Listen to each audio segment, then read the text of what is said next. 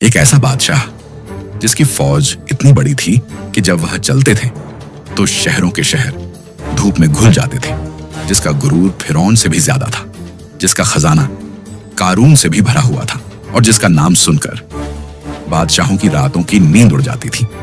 और फिर वह बादशाह अल्लाह के घर काबा को मिटाने निकले, लेकिन न आसमान से पत्थर बरसे, न जमीन फटी, न बिजली गिरी, बल्कि ऐसा कुछ हुआ जो शायद इतिहास का सबसे अजीब मोड़ है।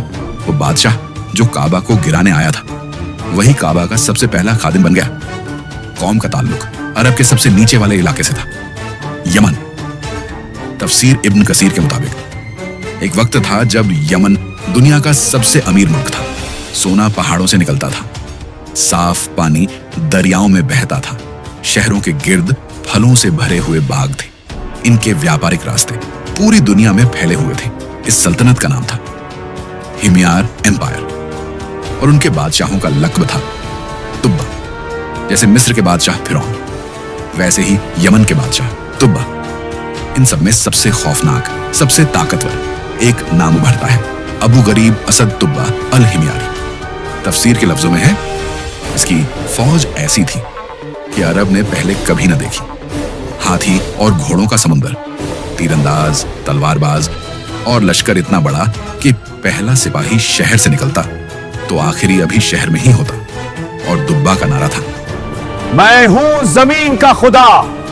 जो मेरी हदों में आए या तो मेरा होगा या मिट्टी का। फतेह करते ये लश्कर अरब के एक खामोश इलाके में यथर्म पहुंचता है, आज का मदीना। तुब्बा ने हुक्म दिया, कल सुबह इस शहर को जला देंगे। लेकिन उस रात उसके ख्वाब में एक नूरानी शख्स आता है और कहता है, इस जमीन को छोड़ दे, यहां मेरा रसूल आने वाला है। दुब्बा घबरा कर उठता है। यह सुनकर दुब्बा के जिस्म पर लर्जा तारी हो गया। उसने पहली बार महसूस किया कि कोई कुत है जो उसके तकब्बुर से भी बड़ी है, और वह पहली दफा अपनी फौज को पीछे हटाता है। मगर शैतान अभी खामोश नहीं था। कुछ लोग तब्बा के कान में फूंकते हैं, अरब के बीच एक घर है जिसे काबा कहते हैं, लोग वहां सोना चढ़ाते हैं, अगर हम इसे लूट लें तो अरब घुटनों पर आ जाएगा। तुब्बा मुस्कुराया। लश्कर मक्का की तरफ मुड़ता है, लेकिन जैसे ही वह हदों में दाखिल होता है, तफसीर के मुताबिक तब्बा पर अचानक एक बीमारी आती है। जिस्म भूल जाता है, आंखें बाहर, जुबान सूख जाती है, सांस टूटने लगती है, फौज डर जाती है, तबीब नाकाम हो जाते हैं, जादू नाकाम, दुआ नाकाम, और फिर वही रब्बी आते हैं। सच बता, तेरे दिल में क्या था? इस घर को गिराना था। यह अल्लाह का घर है, इसका निगबान कोई लश्कर नहीं, खुद रब्बुल आलमीन है।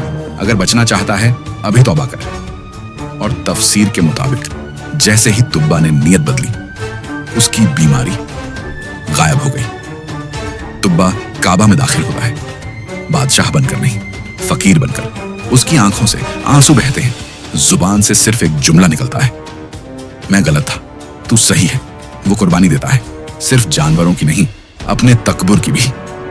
और फिर वह हुक्म देता है, और इतिहास का सबसे अजीब मंजर होता है। तुब्बा अपने यमन से खास कपड़ा मंगवाता है, सबसे बेहतरीन, और अपने हाथों से पहली बार काबा पर खिलाफ चढ़ाता है।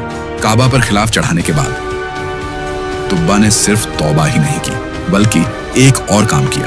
तुब्बा ने एक खत लिखा, आखिरी नबी के नाम, मैं गवाही देता हूं आप अल्लाह के रसूल हैं। अगर मैं आपका जमाना पा लेता तो आपकी खिदमत करता। यह खत नस्लों तक संभाल कर रखा गया। बाद में रसूलुल्लाह सल्लल्लाहु अलैहि वसल्लम को दे दिया गया। हमने कौम को हलाक कर दिया क्योंकि वे मुजरिम थे। न उनका नाम बचा, न निशान, न नस्ल, बस वाकया और वार्निंग। उस कौम ने कहा था, हमें कोई नहीं मिटा सकता। आज उनका पता भी नहीं कि वे जमीन के किस हिस्से में दफन हैं। यह वाकया सिर्फ यमन का नहीं, ये वार्निंग है हर कौम और उस बादशाह के लिए जो अपनी ताकत को खुदा समझ लेता है।